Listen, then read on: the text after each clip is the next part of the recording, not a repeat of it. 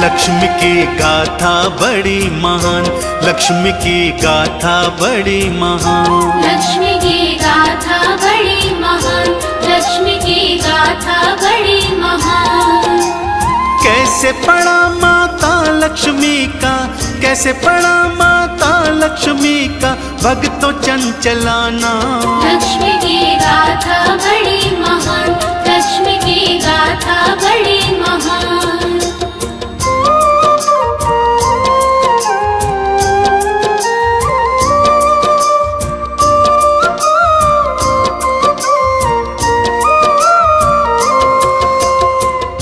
माँ के चंचला नाम की कथा कुछ इस प्रकार से है भक्तों। माँ का तो स्वभाव चंचल है ही, एक जगह पर माँ बहुत लंबे समय तक टिक कर नहीं रह सकती हैं। कुछ इस प्रकार हुआ भक्तों कि एक बार श्री हरि की इच्छा हुई कि मैं मृत्यु लोक का विचरण करके आता हूँ। जैसे ही माता को ये ज्ञात हुआ, वो भी हरि के साथ मृत्यु लोक में आने की हट करने लगी। पहले तो श्री हरि ने माँ को बहुत समझाया, परंतु जब माता लक्ष्मी नहीं मानी, तब श्री हरि माता लक्ष्मी के साथ मृत्यु लोक में आ गए। एक पावन स्थान पर दोनों भ्रमण करने लगे। चहुं ओर हरियाली छाई हुई थी, गन्ने के सरसों के खेत लहलहा रहे थे। तब श्री हरि ने माता से कहा, हे प्रिय, मैं दक्षिण दिशा को जाता हूँ, क्योंकि दक्षिण दिशा तुम्हें वर्जित है, इसलिए मेरे पीछे बिल्कुल मत आना। और श्री हरि यह कहकर दक्षिण दिशा की ओर चले गए। परंतु माता तो चंचला है, भला कहाँ मानने वाली थी। वो भी दक्षिण दिशा की ओर चली गई। रास्ते में गन्ने का खेत देखा तो एक गन्ना तोड़कर माँ ने खा लिया। सरसों के पीले पीले पुष्प देखे तो उन्हें तोड़कर अपने केशों का श्रृंगार कर लिया। उधर जब श्री हरि वापस लौटे तो देखा माँ भी उनके पीछे पीछे दक्षिण दिशा को आ गई है। श्री हरि क्रोधित हो गए और माँ को श्राप दिया कि जाओ, जिस किसान के खेत से तुमने गन्ना और सरसों के पुष्प चुराए हैं, उस किसान के यहाँ 12 वर्ष तक दासी बनकर निवास करो। श्री हरि का श्राप था, भला माँ कैसे इनकार करती। गाथा बड़ी महान।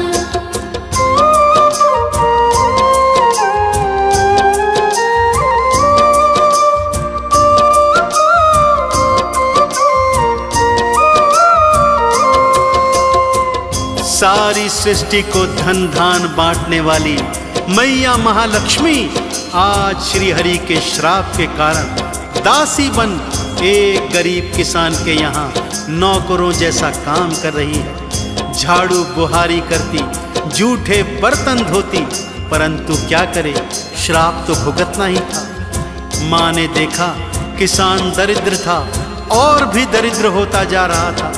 बाढ़ में सारी फसलें बर्बाद हो गई, जो ऋण लिया था वो चुका नहीं पा रहा था। तब माँ को दया आई और किसान की मुक्ति हेतु माँ ने एक उपाय सोचा। माटी से अपनी स्वयं की मूर्ति बनाई और किसान और उसकी पत्नी को समझाया, हे किसान दंपत्ति, हर शुक्रवार को इस मूर्ति को चौकी पर सुसज्जित करो। अक्षत, चंदन, धूप, नैवेद्य जो भी श्रद्धानुसार चढ़ा सको चढ़ाओ, देखना आपके कष्ट अवश्य दूर हो जाएंगे। किसान दंपत्ति ऐसा ही करने लगा। हर शुक्रवार माँ की चौकी सजाते, धूप दीप नैवेद्य श्रद्धानुसार अर्पण करते। धीरे धीरे उनकी हालत में सुधार होने लगा भक्तों। उनके कर्जे माफ हो गए, फसलें दोगुनी चौगुनी उगने लगी। किसान का धन धान से घर परिपूर्ण हो गया। अब किसान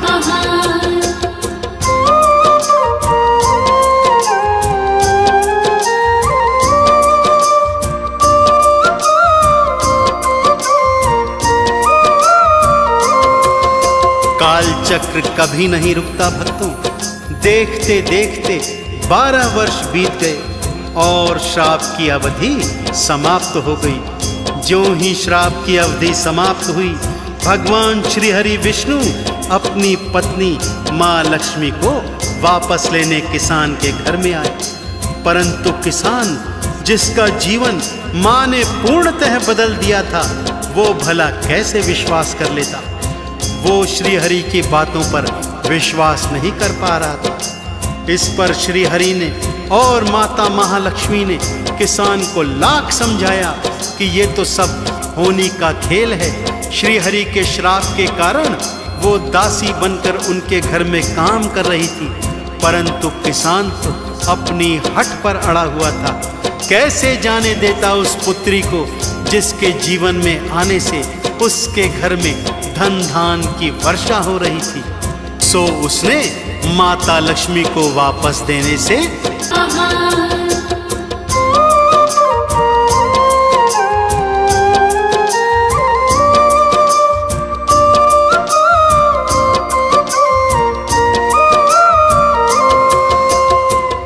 किसान तो अपने प्राण देने पर अड़ा हुआ था भक्तों, माता लक्ष्मी को वापस नहीं दे रहा था। तब भगवान श्री हरि विष्णु ने कहा, हे किसान, ये लक्ष्मी महाचंचला है, किसी भी एक स्थान पर बहुत अधिक समय तक टिक कर नहीं रह सकती। माता महालक्ष्मी ने भी किसान को बहुत समझाया। धीरे धीरे बात किसान की समझ में आने लगी कि ये तो महालक्ष्मी है, मेरे घर में टिक नहीं सकती। माँ के चरण पकड़कर रोने लगा, बोलने लगा, माँ, यदि तुम यहाँ से चली जाओगी तो मैं एक बार फिर दरिद्र हो जाऊंगा। तब माँ ने उसे महालक्ष्मी की कृपा प्राप्त करने का एक और उपाय बताया। माँ ने कहा, हे किसान, जब भी शुक्रवार आए मेरी मूर्ति को चौकी पर सजाना, लाल वस्त्र लाल चुनर से मेरा श्रृंगार करना, धूप दीप नैवेद्य पुष्प आदि से मेरा पूजन अर्चन करना, एक कलश में सोने चांदी के सिक्के भरकर उसके मुख को लाल कपड़े से बांधकर लाल कलावे से अच्छी तरह ढक देना। इससे मैं सदा सदा तुम्हारे पास निवास करूंगी। ऐसा समझाकर माता महालक्ष्मी श्री हरि विष्णु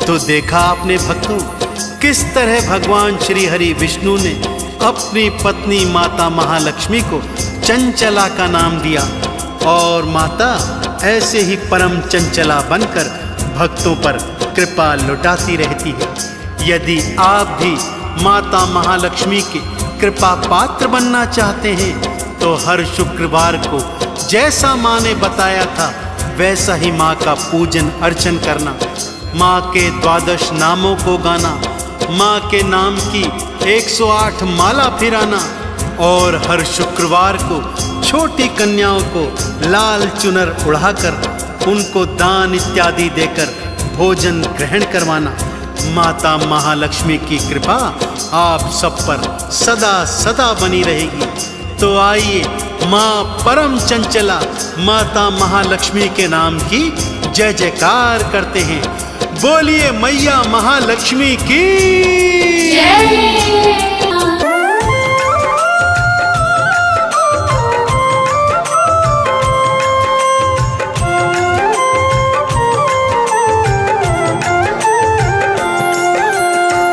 ओम महालक्ष्म्यै नमो नमः। ओम विष्णुप्रियायै नमो नमः। ओम धनप्रदायै नमो नमः। ओम जगज्जनन्यै नमो नमः। बोलिए महालक्ष्मी मैया की जय। भक्तजनों, तीनों महादेवियां माता महाकाली, माता महासरस्वती और माता महालक्ष्मी में से माता महालक्ष्मी प्रमुख देवी हैं, जो भगवान विष्णु की अर्धांगिनी हैं तथा उनके साथ क्षीर सागर में शेष की शैया पर विराजमान रहती हैं। माता महालक्ष्मी धन, स्वास्थ्य, समृद्धि, सुख, शक्ति, भोजन, यश, वैभव, धैर्य, मोक्ष, प्रेम, सौंदर्य, स्त्रीत्व और संतान की देवी हैं। मूल प्रकृति और जगत माता हैं माता महालक्ष्मी। परंतु क्या आप जानते हैं कि जीवन पर्यंत माता महालक्ष्मी की कृपा कैसे प्राप्त की जाती है?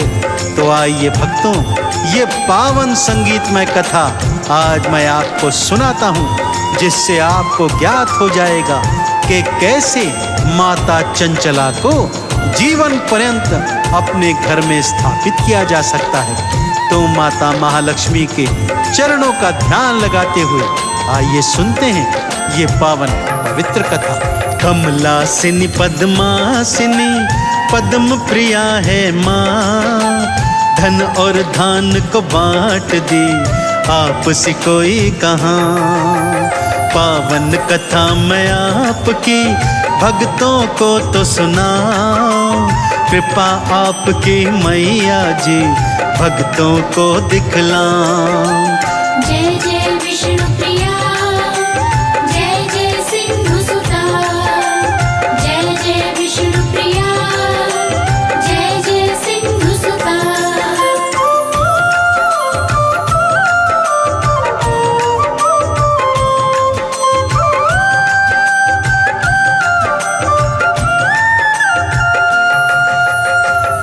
पावन पवित्र कथा कुछ इस प्रकार है भक्तों।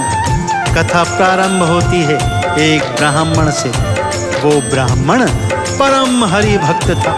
नित्य प्रति श्री हरि के मंदिर जाता, पूजन मनन करता, आरती चालीसा गाता, उनके 12 नामों का जाप करता। सभी उसकी विष्णु भक्ति को देखकर अत्यंत हैरान होते थे कि कोई भला श्री हरि का ऐसा परम भक्त कैसे हो सकता है। परंतु वो ब्राह्मण तो सच्चे हृदय से भगवान श्री हरि विष्णु की भक्ति में लीन रहा करता था। भगवान श्री हरि विष्णु उसकी इस अनन्य भक्ति से इतने प्रसन्न हुए कि एक दिन उन्होंने उस ब्राह्मण को दर्शन दे दिए और वरदान मांगने को कहा। ब्राह्मण साक्षात भगवान श्री हरि को अपने सन्मुख देखकर अत्यंत प्रसन्न हुआ और भाग्य पर इतराने लगा तथा भगवान के श्री चरणों से लिपटकर क्या वरदान मांगने लगा, आइए सुनाता हूँ। श्री हरि के चरणों में कर कर के वो प्रणाम, मांग रहा श्री विष्णु से भक्त अभय वरदान। किसी तरह महालक्ष्मी माँ मेरे घर में आए, घर में आकर सदा सदा वहीं पे वो बस जाएं। जय जय विष्णु प्रिया, जय जय सिंधु सुता, जय जय विष्णु प्रिया, जय जय सिंधु सुता।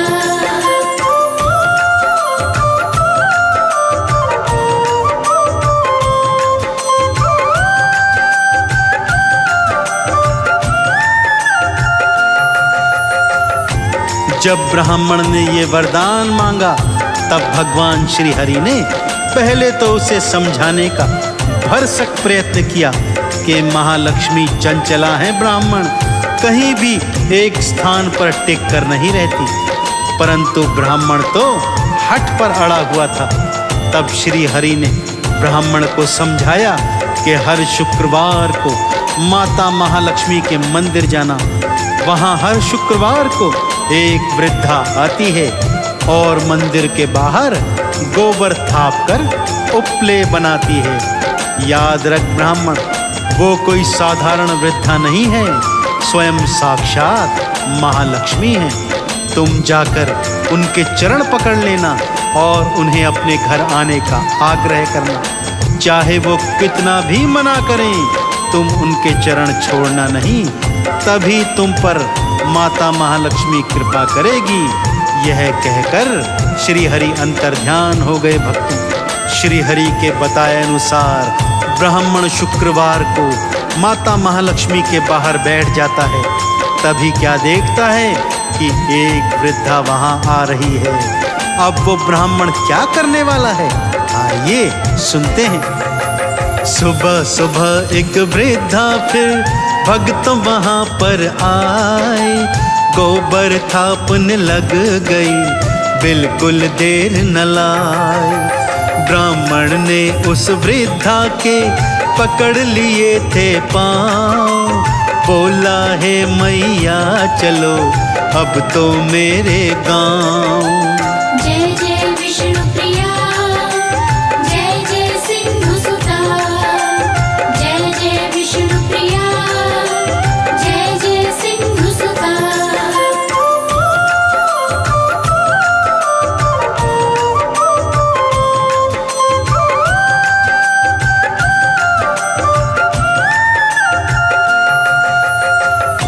ब्राह्मण ने वृद्धा के पैर पकड़ लिए और उन्हें उनके गांव, उनके घर आने का निमंत्रण देने लगा। वृद्धा हंसने लगती है, कहती है ब्राह्मण ये क्या कर रहा है, मैं तो एक साधारण सी स्त्री हूँ, फिर मुझे भला अपने घर क्यों ले जाना चाहता है। परंतु ब्राह्मण को श्री हरि के वाक्य ध्यान में थे, चाहे कुछ भी हो जाए माँ के चरणों को छोड़ना नहीं। सो ब्राह्मण वृद्धा के चरणों से लिपटा रहा और उन्हें अपने घर आने का आह्वान देता रहा। अब माता महालक्ष्मी जान गई कि ये श्री हरि की ही माया है और उन्होंने ही यह सत्य इस ब्राह्मण को बताया है। तब माता महालक्ष्मी ने ब्राह्मण पर कृपा बरसाते हुए अपनी कृपा प्राप्त करने का उपाय उसे क्या बताया, आइए आप भी सुन लीजिए भक्तों। 16 शुक्रवार का व्रत करना उपवास, चंद्रमा को अर्घ्य दो फल मिलेगा खास।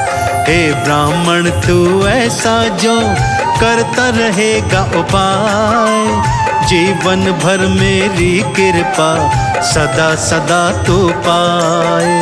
जय जय विष्णु प्रिया, जय जय सिंधु सुता, जय जय विष्णु प्रिया, जय जय सिंधु सुता।